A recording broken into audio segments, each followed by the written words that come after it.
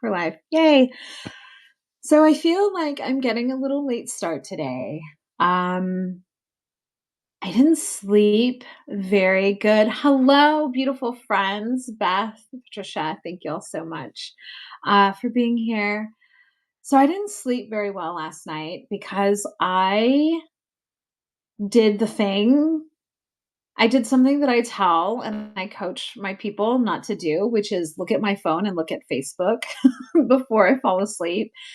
And I did, and I saw the news about a certain Republican senator basically putting in a proposal for the Supreme Court to overturn the ruling that allowed my wife and I to legally get married. And so I went to bed in just a full fiery kind of rage, and I didn't sleep well. And I woke up this morning, and because of that and because of, not sleeping well, I I remembered that, and I don't know how I forgot because it's like the most important thing. When I was talking about wild dreams yesterday, and maybe it's because it's not a wild dream. Anyways, so when I was talking about my two wild dreams yesterday, I forgot like Michigan. Thank you. Yeah. Um, Senator represent somebody from Michigan, yes, is going to put it to the Supreme Court. But I forgot. So I was talking about wild dreams and I completely forgot like the biggest one. And again, maybe it's because it's not a wild dream, but because it's like something that is so important to me. And so it's a core value. And that's always using my art and my work and my creativity to be a vehicle for the change in the world that I want to see. And so every piece of art that I create, even this, is a gift, or how I see it is just like a sharing in hopes of making the world a better place, in hopes of having more people who are like me or like you, like us, um,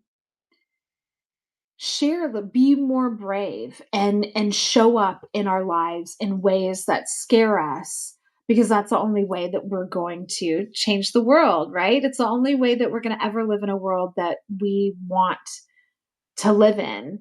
And it's it's the whole reason why I create is in hopes of leaving the world in better condition than what I found it. And art has always been that vehicle for me. Maybe not always. I think it really made that switch in my 20s when I was a dance major in college. And my then partner was involuntarily recalled into George Bush's Operation Iraqi Freedom. Um, and I used dance and the choreography class that I had to like create a dance for. I used that piece of choreography to make a statement, to share my voice, to make an opinion. And I think that was the moment that art changed for me. And I came on today not knowing what I was going to talk about, but I knew it had to be something about how when we create art, like we never know like what our art is going to do, like who on the receiving end, like what they're going to take of it, what they're gonna make of it, if they're gonna love it or they're gonna hate it, they're gonna troll it, whatever.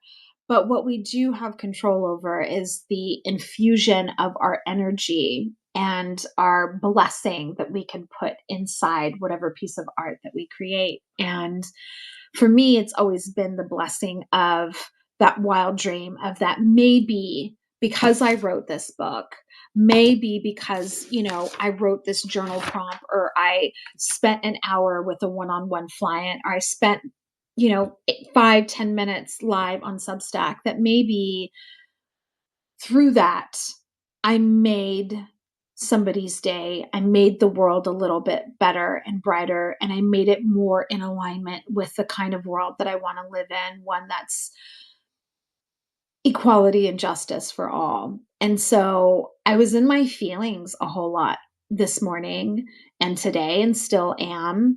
And I think that's a really big part of the creative process. And I think one that we don't talk a whole lot of, enough about as creatives is like that feeling of disappointment, that feeling of being scared, that feeling of being um of rights potentially being taken away and feeling all of those things, but then asking ourselves, what can I do with this? Right? Because if I allowed myself to just like wallow in all the chaos that is the US political thing, I would just drive myself insane and I wouldn't be creating. I wouldn't be doing the work that I know that I'm called here to do. And so the question is that I always ask myself is what can I make? Like what can I do? I have control over my creativity. I have control over my output. I have control over my words and my writing and how I show up in the world. And so I'm going to focus on that. And so today has really been a day of focusing on that, of focusing on my art and focusing on the why I make my art and why it's so important for me, you, we, us to continue making our art because through that we are going to make and create change. It doesn't matter if just one person reads it. It doesn't matter if there's only two people on your live. It doesn't matter anything. Like it doesn't fucking matter. What matters is that we do our work, that I do my work and that I infuse it with my medicine and the vision that I hope to see in the world and the medicine of love and of leaving the world in better condition than what I found it. And so I was in my feels about that. And I have a very heavy one-on-one client, which is my word for it's friend plus client because all my one-on-one people are clients. They're like friends and clients because that's the way I roll. But I have a really heavy like one-on-one day. So I didn't like I don't have a lot of creative space today. And out of all the days, like I feel like I need a lot of creative space today, but I don't have it. But I have these little moments, right? I have this little pocket of time between my last one-on-one and prepping for my other one. And I have these little pockets of time and how I'm choosing to use that is to be honest and share about the process. And also, I wanted to share, in addition to like all of that and that wild dream of using my writing and my words to change the world and art to change the world, I also had to like say goodbye to a class. I was teaching belly dancing classes in Wimberley and I was so excited about it. But today I made the decision to cut it because there wasn't nobody was showing up. Like it was a great idea. It started off really good and then I had momentum and then I had the cancer thing happen. So I had to stop doing classes. And then when I re-upped it back up, there was silence and there were crickets. And there's something to be said in that of knowing when an idea has come to its own natural like ending, but that ending is just like a now ending for this moment, right? It could potentially come back up, it could potentially not, it could form into something else. But so I was in this feeling of also like this idea that I once had that was like a really great idea and that people were excited about, that I was excited about. I had to say goodbye to that in addition to everything else that I'm holding and not having enough space to create and express. And that's part of the creative life. That's part of us saying yes to being creatives and saying yes to living a life full of self-expression is we're going to have bad days. We're going to have days that we're going to like just want to wallow and scream and yell and take to the streets and just I don't know, like yell into a pillow. And we're going to have days that we're going to have to say goodbye to ideas and things that were so great and so good and filled us up with so much love, but they just naturally come to an end. And we're going to have days where we're going to need to create and want to create, but we don't have space to create. And we just have to find a way to create in those little moments and those little pockets. And that's what I'm doing being here with you right now is finding that moment and creating because I need it. I need my creativity today. I need the medicine that my creativity has.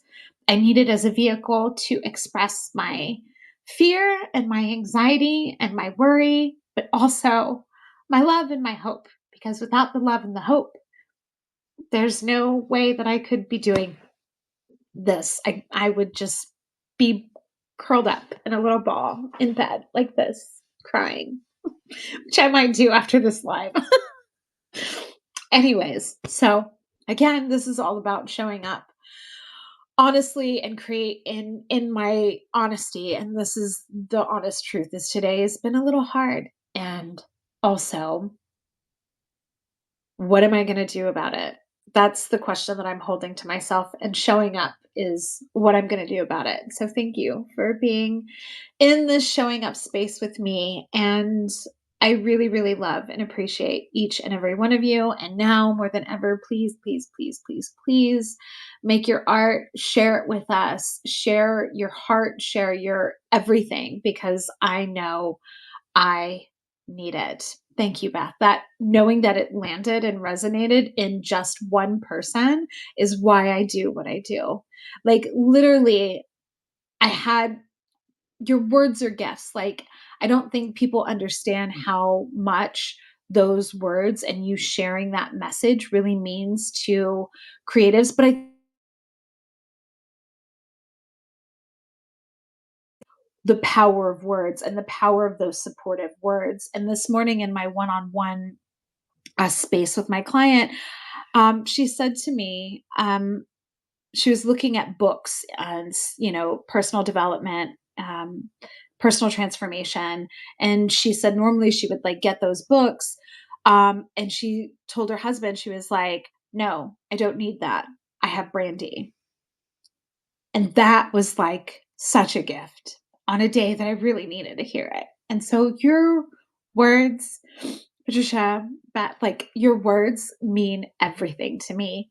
And I think as creatives and artists, we need to say how much other people's art means to us, because we need to hear it. Like, we need to know, and we need not validation, but we need to know that we're connecting. And so thank you so much for sharing those words that you are connecting. And I love it. I love you. I love you. I love you. I love you.